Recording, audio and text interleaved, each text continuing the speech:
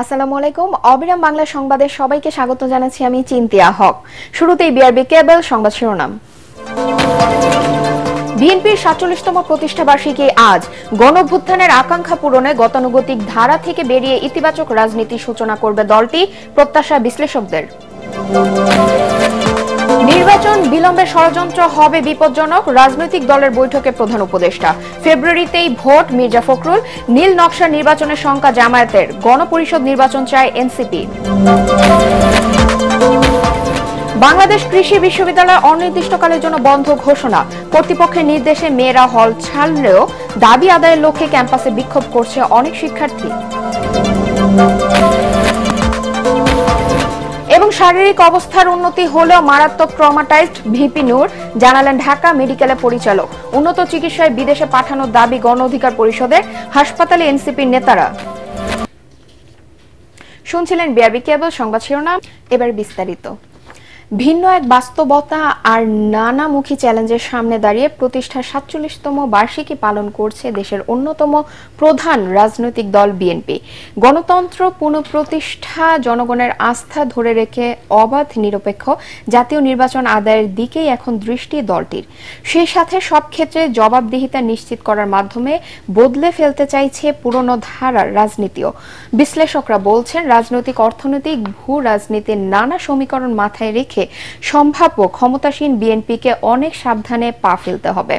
সেই সাথে গণঅভ্যুত্থানের আকাঙ্ক্ষা পূরণে গতানুগতিক রাজনীতিতে আনতে হবে বড় পরিবর্তন। মইনুল হাসানের বিশেষ রিপোর্ট।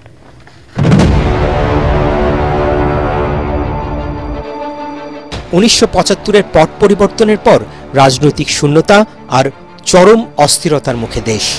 এমন পরিস্থিতিতে আবারও আলোচনায় আসেন স্বাধীনতার ঘোষক sector commander major Ziaur Rahman বীর উত্তম। বাংলাদেশি জাতীয়তাবাদ আর বহুদলীয় গণতন্ত্রের বার্তা নিয়ে ১৯৭৮ সালের ১ সেপ্টেম্বর গোড়াপত্তন করেন বাংলাদেশ জাতীয়তাবাদী দল বিএনপি। ১৯ দফা কর্মসূচির চমক, সাংগঠনিক দক্ষতা, মানুষের মাঝে মিশে যাওয়ার ম্যাজিক, খুব অল্প সময়েই জিয়াউর রহমান এবং তার গড়া দল বিএনপি তুমুল জনপ্রিয় হয়ে ওঠে। ১৯৮১ সালে জিয়াউর রহমানকে হত্যার পর দলের হাল ধরেন তার স্ত্রী বেগম খালেদা জিয়া। স্বৈরাচার এরশাদ বিরোধী আন্দোলনে ৯ বছর আপসহীন নেতৃত্ব দিয়ে বেগম জিয়া হয়ে ওঠেন জনগণের আস্থার প্রতীক। শেখ হাসিনা বিরোধী আন্দোলনে গেল ১.৫ দশক বিএনপি ও জিয়া পরিবারকে যেতে হয়েছে ভয়াবহ দুঃসময়ের মধ্য দিয়ে। বেগম জিয়ার কারাবাস, গুরুতর অসুস্থতা আর ভারপ্রাপ্ত চেয়ারম্যান তারেক রহমানের নির্বাসিত জীবন, দুই শীর্ষ নেতার অনুপস্থিতির মধ্যেও তৃণমূল নেতাকর্মীদের ত্যাগ আর সাধারণ মানুষের সমর্থনে বৈরী পরিস্থিতি উতরে যায় বিএনপি। ২৪-এর গণঅভ্যুত্থানের পর সুদিনের প্রত্যাশায় এখন দলটি। বিএনপি জেল জুলুম শিকার হয়েছে, সংগ্রাম রাজপথে ছিল, অনেকেই কারাভোগ করেছেন। বিএনপি নিজেকে মধ্যপন্থী দল হিসেবে দাবি করে এবং সাম্প্রতিককালে যে রাজনৈতিক ক্ষেত্রে তার যে নীতি, পথ এবং বক্তৃতা, বিবৃতি, সেটা আমি মনে করি অনেকটাই ভারসাম্যপূর্ণ, অনেকটাই গঠনমূলক। বিশ্লেষকরা বলছেন, গণঅভ্যুত্থান পরবর্তী দেশের নানা অস্থিরতা, জাতীয় নির্বাচন নিয়ে অনিশ্চয়তার বিপরীতে ফ্যাসিবাদের পতনের পর মানুষের মনে নতুন বাংলাদেশের যে প্রত্যাশা তৈরি হয়েছে, বিএনপি তা কতটা পূরণ করতে পারে তার উপরই নির্ভর করছে দলটির ভবিষ্যৎ। দেশের ভেতরে বাইরে সমস্যাটা অনেক কঠিন। অর্থনৈতিক সমস্যা, রাজনৈতিক সমস্যা, ভূ রাজনৈতিক সমস্যা, এই সমস্যাগুলো কীভাবে কাটাবে সবকিছু নির্ভর করে বিএনপিকে কিন্তু আরও কঠিন প্রস্তুতি নিতে হবে, যে সুশাসনের জন্যে, গণতন্ত্রের জন্যে এবং সমতার জন্য। জাতীয়তাবাদী দলের রাজনৈতিক ইতিহাস হচ্ছে সংস্কারের ইতিহাস এবং রাজনৈতিক প্রতিশ্রুতি পূরণের ইতিহাস। আমাদের দলের ইতিহাস হচ্ছে জনগণের আস্থা অর্জন করে উন্নয়ন এবং সমৃদ্ধির ইতিহাস। দলের নীতি নির্ধারকরা এও জানান, বিএনপি আগামী দিনের বাংলাদেশকে কেমন দেখতে চায় তারই ইঙ্গিত দেয়া হয়েছে দলের ৩১ দফা রাষ্ট্র সংস্কার প্রস্তাবনায়। আর তারুণ্যের যে রাজনৈতিক ভাবনা এবং তাদের যে অংশগ্রহণ, এই দুইটাকেই আমরা ধারণ করব, নিশ্চিত করব। এই হচ্ছে আমাদের আগামী দিনের চ্যালেঞ্জ। তা আশা করি জনগণের সাথে আমাদের একটা ঐক্য হবে এখন এগুলোকে আমরা সাজাচ্ছি সুন্দরভাবে। আগামী দিনে ফেসিবাদের যাতে উৎপাত যেটা আমরা সন্দেহ করি সেটাকে যদি আমরা প্রতিরোধ করতে পারি তাহলে পরে ইনশাআল্লাহ আমরা খুব সাকসেসফুলি আমাদের সেই সমস্ত অ্যাচিভমেন্টগুলো আমরা অর্জন করতে পারবো। নেতারা জানান তারেক রহমানের পরিণত দূরদর্শী নেতৃত্ব আর বেগম খালেদা জিয়ার দিক নির্দেশনায় যে কোনো চ্যালেঞ্জ মোকাবেলায় প্রস্তুত বিএনপি। মইনুল হাসান, এটিএন বাংলা, ঢাকা। ফেব্রুয়ারির প্রথমার্ধেই জাতীয় নির্বাচন অনুষ্ঠিত হবে জানিয়ে প্রধান উপদেষ্টা প্রেস সচিব শফিকুল আলম বলেছেন, কেউ যদি নির্বাচনের বিকল্প নিয়ে ভাবে তা হবে জাতির জন্য বিপজ্জনক। রাজনৈতিক দলগুলোর সাথে ডক্টর ইউনূসের বৈঠক শেষে তিনি একথা জানান। বৈঠক শেষে বিএনপি মহাসচিব মির্জা ফখরুল ইসলাম আলমগীর বলেন, নির্বাচন বিলম্ব করতে দেশে নানামুখী ষড়যন্ত্র চলছে, তবে তা ফলপ্রসূ হবে না। অন্যদিকে জামাতের নায়েবে আমির সৈয়দ আব্দুল্লাহ মোহাম্মদ তাহের বলেন, একটি নীল নকশার নির্বাচনের দিকে যাচ্ছে সরকার। আর এনসিপির মন্তব্য, গণপরিষদ নির্বাচনের মাধ্যমে নতুন সংবিধান হলেই দেশের সমস্যা সমাধান হবে। আরো জানাচ্ছেন ইয়াসিন রানা। চলমান রাজনৈতিক পরিস্থিতি নিয়ে বিএনপি, জামাত ও এনসিপির সাথে বৈঠক করেন প্রধান উপদেষ্টা ডক্টর মোহাম্মদ ইউনূস। এতে জুলাই সনদ বাস্তবায়ন, গণহত্যার বিচার, আইন শৃঙ্খলা পরিস্থিতি, ভিপি নূরের উপর হামলা, নির্বাচনে লেভেল প্লেইং ফিল্ড, জাতীয় পার্টির কার্যক্রম নিষিদ্ধের ইস্যুতে আলোচনা হয়। বৈঠক শেষে বিএনপির মহাসচিব মির্জা ফখরুল ইসলাম আলমগীর বলেন, নির্বাচন নিয়ে ষড়যন্ত্র চলছে, তবে প্রধান উপদেষ্টার ঘোষিত সময়েই নির্বাচন হবে। আমাদের আশঙ্কা যে নির্বাচনকে বিভিন্নভাবে বিলম্বিত করার লক্ষ্যে এই ধরনের কিছু একটা শক্তি কাজ করছে, তবে এর কোনো সুযোগ নাই। নির্বাচন ঠিকই সময় আমরা যেটা শিডিউল ঘোষণা করা হয়েছে সেই শিডিউলেই নির্বাচন ঘোষণা হবে এবং সেটা আমাদের যে প্রধান উপদেষ্টা তিনি সেটাই একই কথা বলেছেন, তিনি আমাদের সঙ্গে একমত। এর আগে জামায়াত ইসলামী ও এনসিপির সাথে বৈঠক করেন প্রধান উপদেষ্টা ডক্টর মোহাম্মদ ইউনূস। বৈঠক শেষে জামায়াতের নায়েবে আমির ডাক্তার সৈয়দ আব্দুল্লাহ মোহাম্মদ তাহের বলেন, নীল নকশার মাধ্যমে একটি দলকে সুবিধা দিতে নির্বাচন হলে জনগণ তা মেনে নেবে না। বর্তমান সরকার এবং আরো কিছু দেশ বিদেশি শক্তি মিলে নির্বাচনকে সুষ্ঠু হওয়ার ক্ষেত্রে বাধা তৈরি করা চলেছে। একটি নীল নকশার নির্বাচনের দিকে আমরা যাচ্ছি কিনা সেই ব্যাপারে আমাদেরও প্রশ্ন তৈরি হয়েছে, জনমনেও প্রশ্ন তৈরি হয়েছে। কারণ হিসেবে আমরা বলেছি, এই সরকার লন্ডনে গিয়ে নির্বাচনের তারিখ ঘোষণা একটি দলের সাথে বৈঠক করে, এটা নজিরবিহীন ঘটনা এবং এতে করে তার নিরপেক্ষতা ক্ষুণ্ণ হয়েছে এবং একটি দলকে বেনিফিট দেওয়া হয়েছে মানুষের পারসেপশনের ক্ষেত্রে যে এই দলটি আগামী নির্বাচনে ভালো করবে। এনসিপির সিনিয়র যুগ্ম আহ্বায়ক আরিফুল ইসলাম আদিব বলেন, গণহত্যার বিচার, আহতদের পুনর্বাসন, জুলাই সনদ বাস্তবায়ন, গণপরিষদ নির্বাচন ও জাতীয় পার্টি নিষিদ্ধের বিষয়ে আলোচনা হয়েছে প্রধান উপদেষ্টার সাথে। আমরা বলেছি, জুলাই সনদের আইনি ভিত্তি এবং সাংবিধানিক ভিত্তির জন্য আগামী যে নির্বাচনটি হবে সেই নির্বাচনটি যেন অবশ্যই গণপরিষদ নির্বাচন হয় এবং সেই গণপরিষদের নির্বাচনের মাধ্যমে বাংলাদেশের দীর্ঘ 54 বছরের যে রাজনৈতিক সংকট, যে একক ব্যক্তিকেন্দ্রিক যে স্বৈরতান্ত্রিক মনোভাব কিংবা কাঠামো গড়ে উঠছে, সেটার স্থায়ী সমাধানের জন্য আমরা মনে করি আগামী নির্বাচনটি গণপরিষদ নির্বাচন অনুষ্ঠিত হয়ে এবং সেটা নতুন সংবিধান প্রণয়ন করবে। বৈঠক শেষে ব্রিফ করে প্রধান উপদেষ্টার প্রেস উইং। প্রেস সচিব শফিকুল আলম বলেন, যথাসময়ে নির্বাচন অনুষ্ঠানের ব্যাপারে রাজনৈতিক দলগুলোকে আশ্বস্ত করেছেন প্রধান উপদেষ্টা। নির্বাচনের যে সময় ঘোষণা করেছেন, নির্বাচন সেই সময়ের মধ্যে হবে, অর্থাৎ ফেব্রুয়ারির প্রথমার্ধে একটি অবাধ, সুষ্ঠু ও উৎসবমুখর পরিবেশে নির্বাচন অনুষ্ঠিত হবে। সকল রাজনৈতিক দলকে প্রধান উপদেষ্টা নির্বাচন নিয়ে আবারও তার প্রতিশ্রুতি জানিয়েছেন। তিনি বলেছেন, নির্বাচন ছাড়া কোনো বিকল্প নাই। কেউ যদি নির্বাচনের কোনো বিকল্প নিয়ে ভাবে, সেটা হবে এই জাতির জন্য গভীর বিপজ্জনক। আগামী নির্বাচন অবাধ, সুষ্ঠু ও উৎসবমুখর পরিবেশে অনুষ্ঠিত হবে, এজন্য রাজনৈতিক দলগুলোর সহযোগিতা চেয়েছেন প্রধান উপদেষ্টা। ইয়াসিন রানা, এটিএন বাংলা, ঢাকা। অনির্দিষ্টকালের জন্য বন্ধ ঘোষণা করা হয়েছে ময়মনসিংহের বাংলাদেশ কৃষি বিশ্ববিদ্যালয়। প্রশাসনের নির্দেশে সকাল থেকেই হল ছাড়ছেন বাংলাদেশ কৃষি বিশ্ববিদ্যালয়ের শিক্ষার্থীরা। তবে নারী শিক্ষার্থীরা হল ছাড়লেও ছেলে শিক্ষার্থীরা এখনো অনেকেই হল ছাড়েনি। তারা দাবি আদায়ের লক্ষ্যে ক্যাম্পাসে বিক্ষোভ করছে। এদিকে নিরাপত্তা জোরদারে কৃষি বিশ্ববিদ্যালয় এলাকায় 2 প্লাটুন বিজিবি মোতায়েন করা হয়েছে।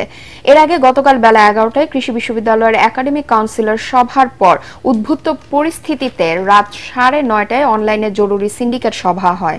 সভার সিদ্ধান্ত অনুযায়ী অনির্দিষ্টকালের জন্য বিশ্ববিদ্যালয় বন্ধ ঘোষণা করা হয়। হল কর্তৃপক্ষের যে প্রেশার আমাদের উপরে আসতেছে গতকাল রাত থেকে, যার জন্য আমাদের এখন হল ছেড়ে যেতেই হচ্ছে, যাওয়ার ইচ্ছা না থাকলেও। আমাদের এই যে হল ছাড়ার জন্য 9টার মধ্যে আমরা নিজেদের সেফটির জন্য আসলে চলে যাচ্ছি। আর প্রশাসনের কাছে অনুরোধ থাকবে যে তাড়াতাড়ি সমস্যার সমাধান করে আমরা যেন হলে ফেরত আসতে পারি।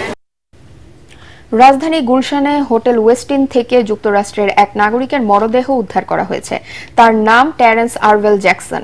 হোটেলের কক্ষ থেকে তার মরদেহ উদ্ধার করা হয় বলে জানান গুলশান থানার ওসি হাফিজুর রহমান। প্রত্যক্ষদর্শীরা জানান, পরে পুলিশ ও মার্কিন দূতাবাসের কর্মকর্তাদের উপস্থিতিতে দরজা খোলার পর তাকে কক্ষে পড়ে থাকতে দেখা যায়। পুলিশ জানায়, ওই ব্যক্তির লাশ ময়নাতদন্ত ছাড়া নিজেদের জিম্মায় নিয়ে গেছে ঢাকায় অবস্থিত মার্কিন দূতাবাস। জানা যায়, ব্যবসায়িক কাজে কয়েক মাস আগে বাংলাদেশে আসেন তিনি। গত 29 এপ্রিল উঠেছিলেন হোটেল ওয়েস্টিনে। গণ অধিকার পরিষদের সভাপতি নুরুল হক নূরের শারীরিক অবস্থার কিছুটা উন্নতি হয়েছে বলে জানিয়েছেন ঢাকা মেডিকেল কলেজ হাসপাতালের পরিচালক ব্রিগেডিয়ার জেনারেল মোহাম্মদ আসাদুজ্জামান।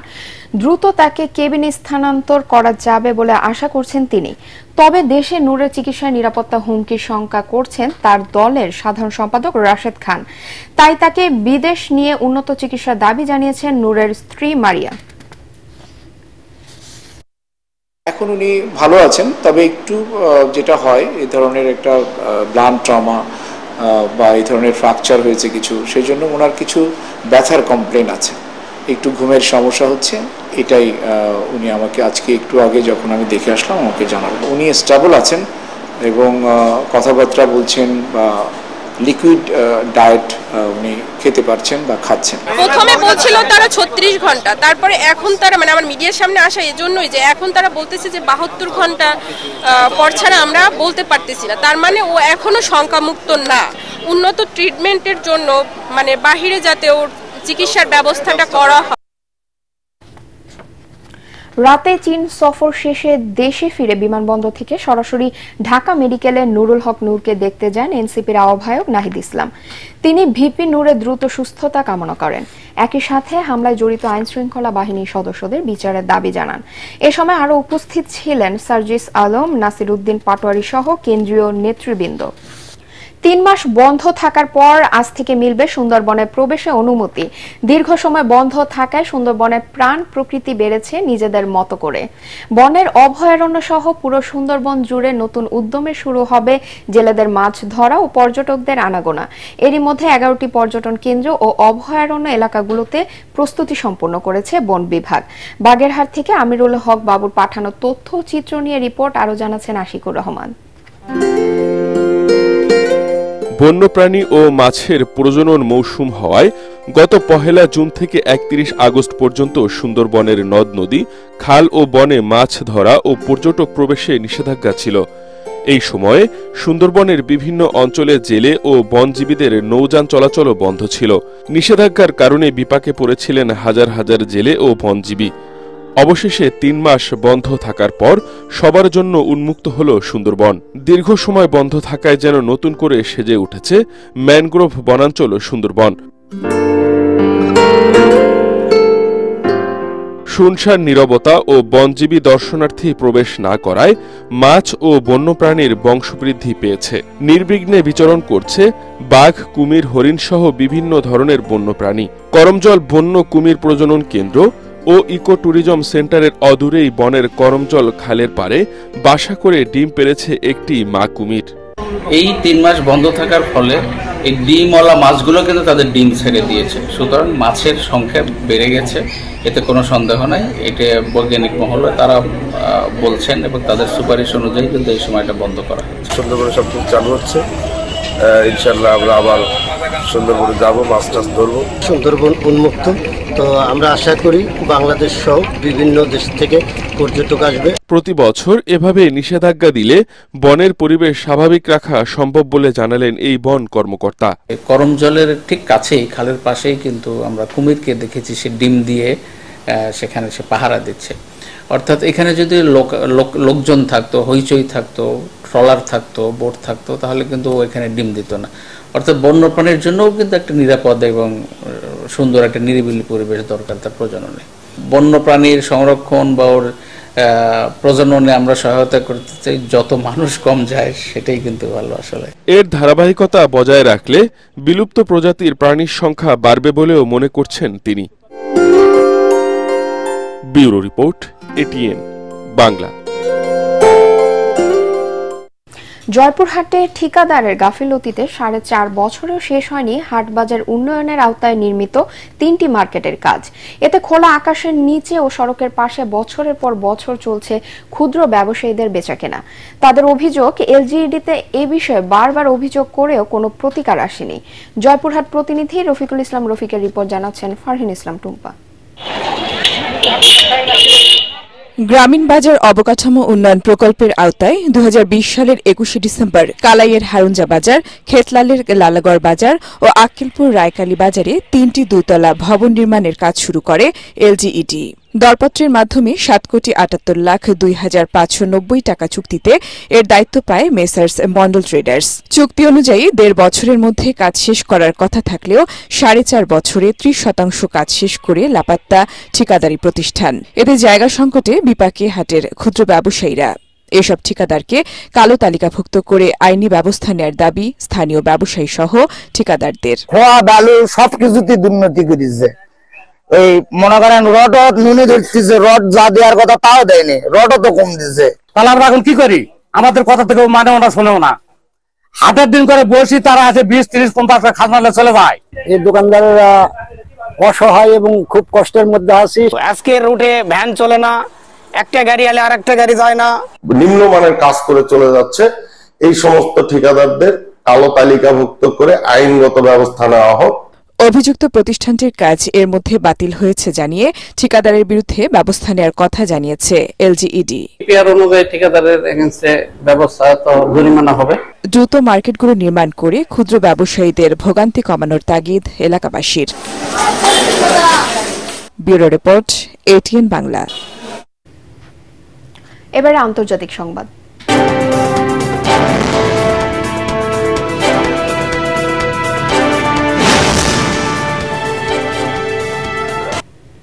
আফগানিস্তানে ভয়াবহ ভূমিকম্প আঘাত এনেছে। এতে কমপক্ষে 250 জনের মৃত্যুর খবর পাওয়া গেছে। আহত হয়েছেন আরও 5 শতাধিক। রিক্টার স্কেলে এই কম্পনের মাত্রা ছিল 6। স্থানীয় সময় রোববার গভীর রাতে দেশটির পাকিস্তান সীমান্তের কাছে এই ভূমিকম্প আঘাত হানে। নিহতের সংখ্যা আরও বাড়তে পারে বলে আশঙ্কা করা হচ্ছে। এক প্রতিবেদনে ব্রিটিশ সংবাদ মাধ্যম বিবিসি জানিয়েছে, পূর্ব আফগানিস্তানে পাকিস্তান সীমান্তের কাছে এই ভূমিকম্পে আহতদের নানগারহার ও কুনার প্রদেশের বিভিন্ন হাসপাতালে নেওয়া হয়েছে। যুক্তরাষ্ট্রের ভূতাত্ত্বিক জরিপ সংস্থা ইউএস জিওলজিক্যাল সার্ভে জানিয়েছে, স্থানীয় সময় রোববার রাত 11:47 ভূমিকম্পটি আঘাত হানে। ভূমিকম্পটির গভীরতা ছিল মাত্র 8 কিলোমিটার। এরপর আরও অন্তত 3টি পরাঘাত হয়েছে, যার মাত্রা ছিল 4.5 থেকে 5.2 এর মধ্যে। Federation of Bangladeshi association in north America বা ফোবানার 3 দিনের মিলন মেলার পর্দা নামল জর্জিয়ার আটলান্টায়। স্থানীয় গ্যাস সাউথ কনভেনশন সেন্টারে রবিবার শেষ দিনেও ছিল দর্শকদের উপচে পড়া ভিড়। শেষ দিন সকালে অনুষ্ঠিত ফোবানা এজিএম। এতে আগামী 1 বছরের জন্য ফোবানা এক্সিকিউটিভ কমিটির চেয়ারম্যান হিসেবে Rabiul Karim Belal, vice chairman M Rahman Zahir, executive secretary Khaled Ahmed Rouf সহ 31 সদস্যের কমিটি ঘোষণা করা হয়। আগামী 2027 সালের ফোবানা সম্মেলনের ভেন্যু হিসেবে টেক্সাসের হিউস্টনকে মনোনীত করা হয়। সন্ধ্যায় মূল মঞ্চে আগামী বছর 40তম ফোবানা সম্মেলনের আয়োজন। ক্যালিফোর্নিয়ার লস অ্যাঞ্জেলেসে কর্মকর্তাদের আনুষ্ঠানিকভাবে পরিচয় করিয়ে দেওয়া হয় দর্শকদের সাথে। এ সময় লস অ্যাঞ্জেলেস ফোবানার পক্ষ থেকে সবাইকে আমন্ত্রণ জানান কনভেনর ডক্টর জয়নাল আবেদিন। এরপর মূল মঞ্চে সঙ্গীত পরিবেশনা করেন এ সময়ের জনপ্রিয় শিল্পী প্রীতম হাসান। এবারে খেলার খবর।